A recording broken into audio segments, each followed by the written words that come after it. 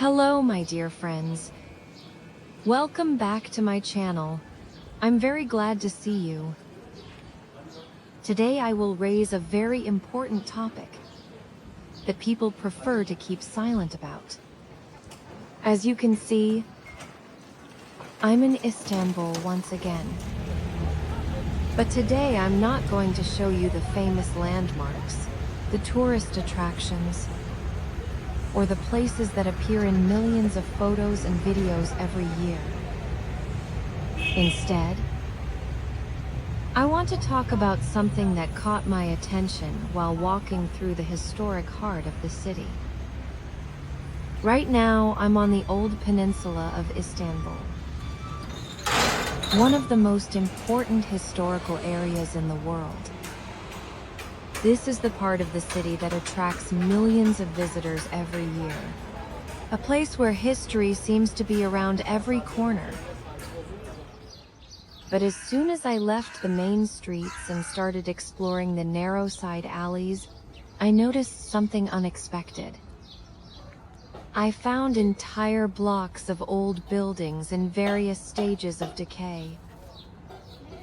Some are abandoned, some appear barely habitable, and some are literally falling apart.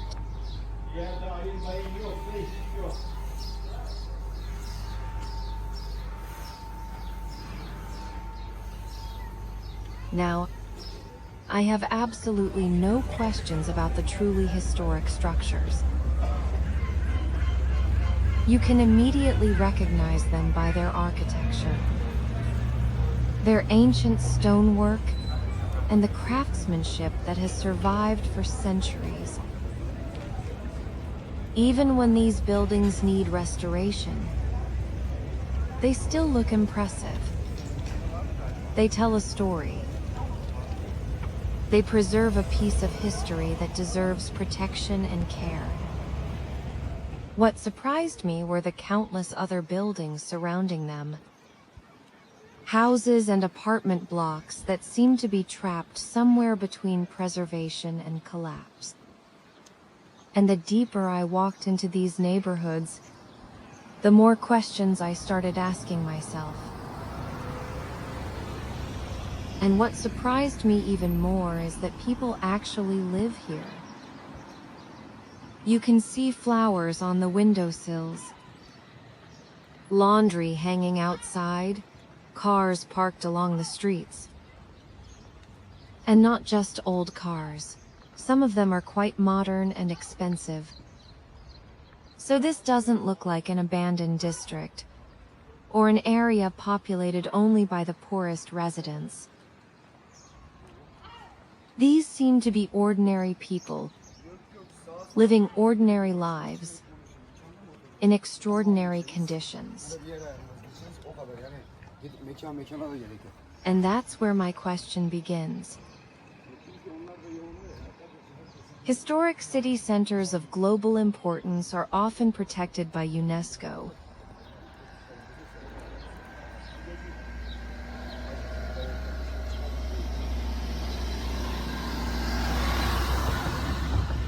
And I completely understand the need to preserve genuine cultural heritage. But looking at some of these streets, I can't help asking UNESCO, what exactly are you protecting here? Because preserving history and preserving urban decay are not necessarily the same thing. Maybe my channel is small, and maybe only a limited number of people will ever watch this video. But as I walk through these neighborhoods, this question keeps coming back to me again and again.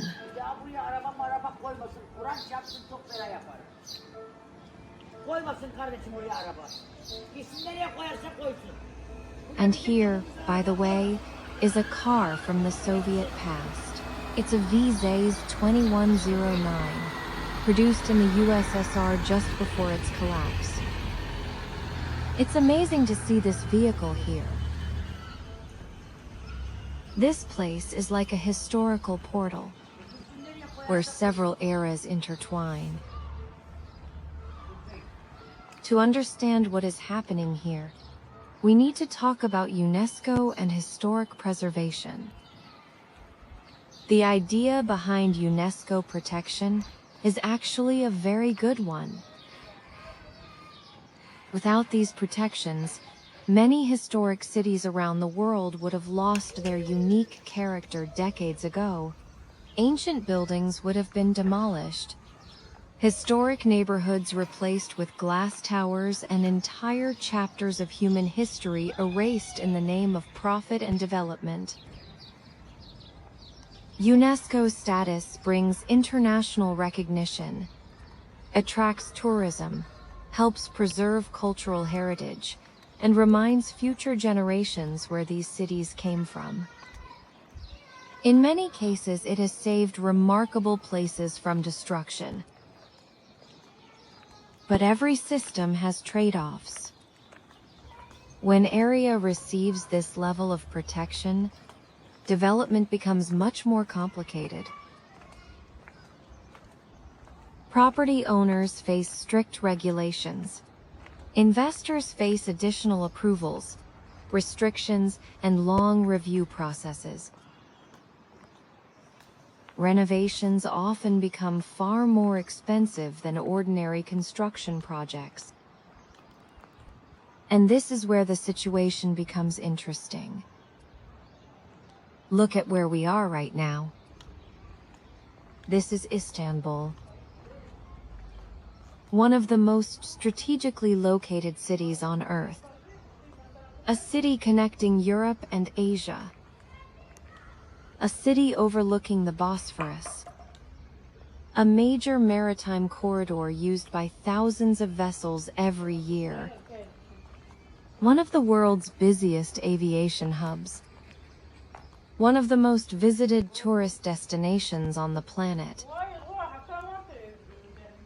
From a purely economic perspective, this location is incredibly valuable.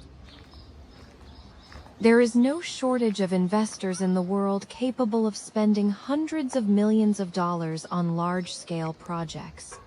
Capital exists, interest exists, demand exists.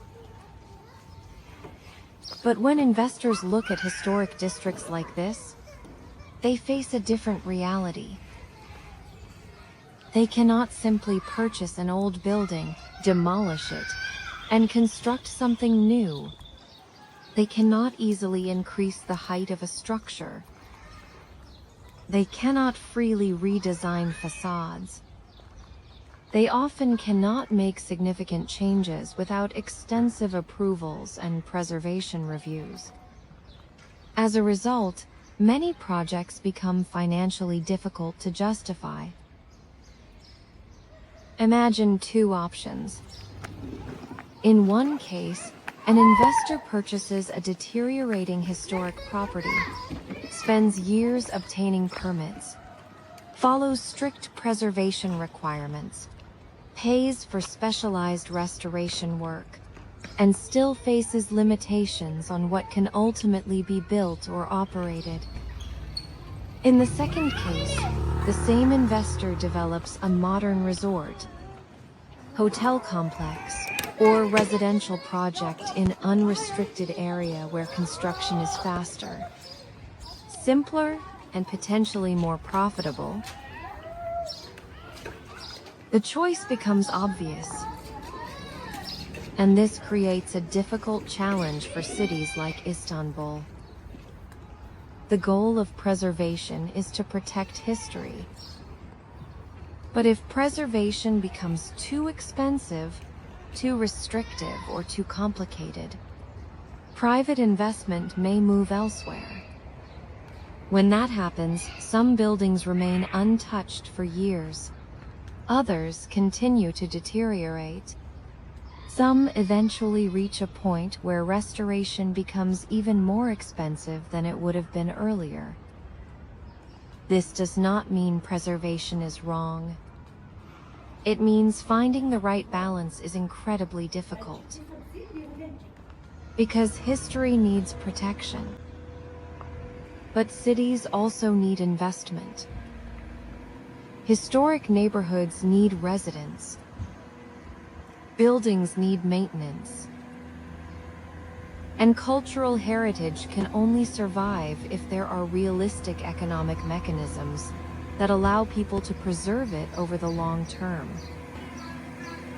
As I walk through these streets today, I keep wondering whether that balance has been fully achieved here, because in some places it feels as if history is being preserved, but in others it feels as if time itself is slowly winning.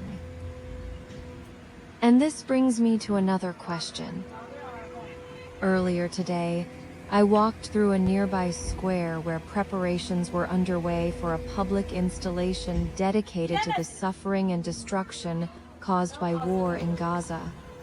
Workers were setting up displays and visual elements designed to help visitors understand what destruction looks like and what it does to communities. And as I was standing there, I couldn't help thinking about something. Just a few hundred meters away from that square, I had already walked through streets where some buildings looked as if they had been abandoned for decades. Walls were collapsing, roofs were damaged.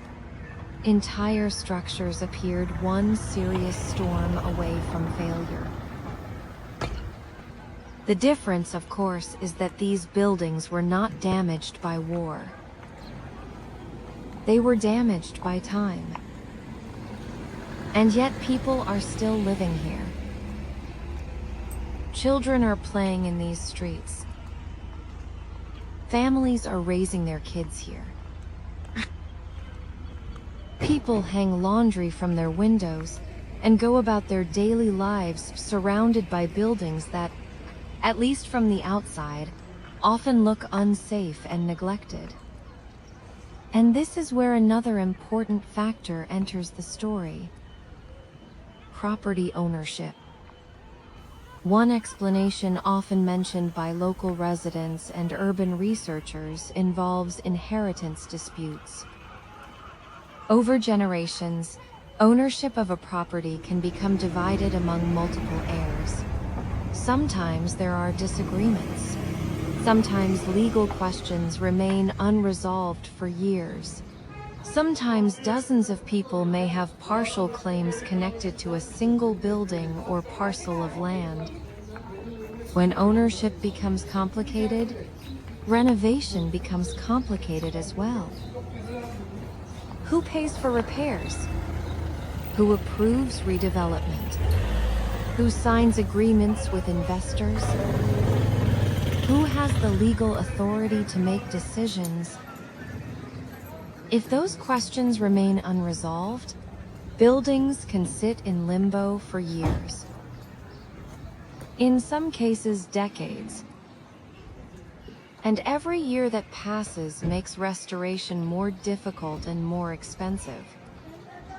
Of course, inheritance law exists for a reason. Property rights matter.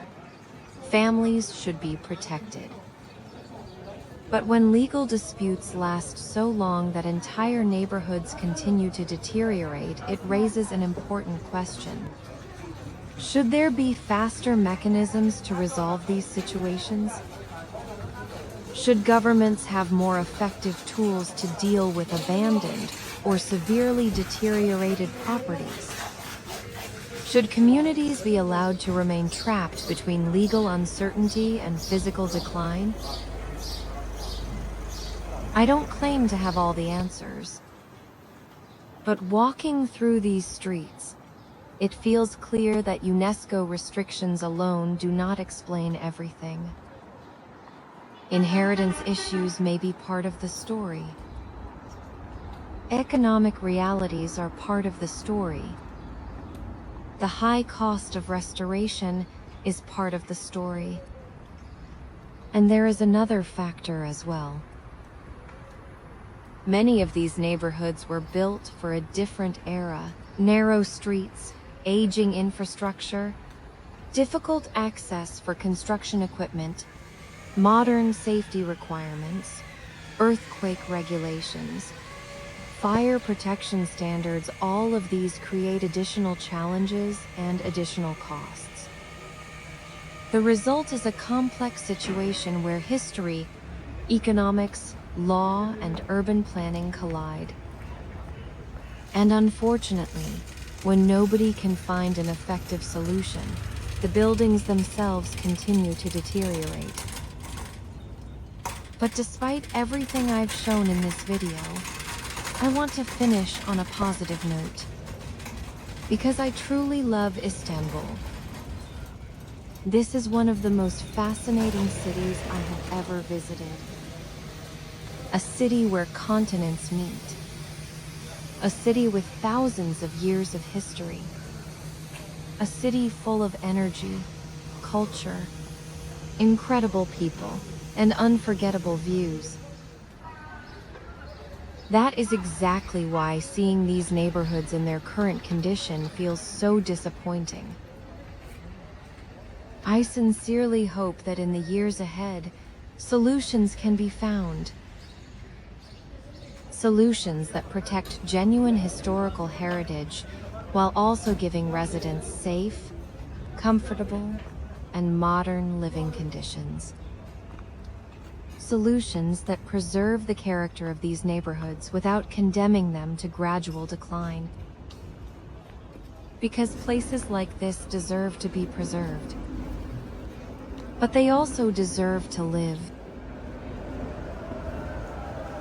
Thank you for joining me on this walk through a side of Istanbul that many visitors never see.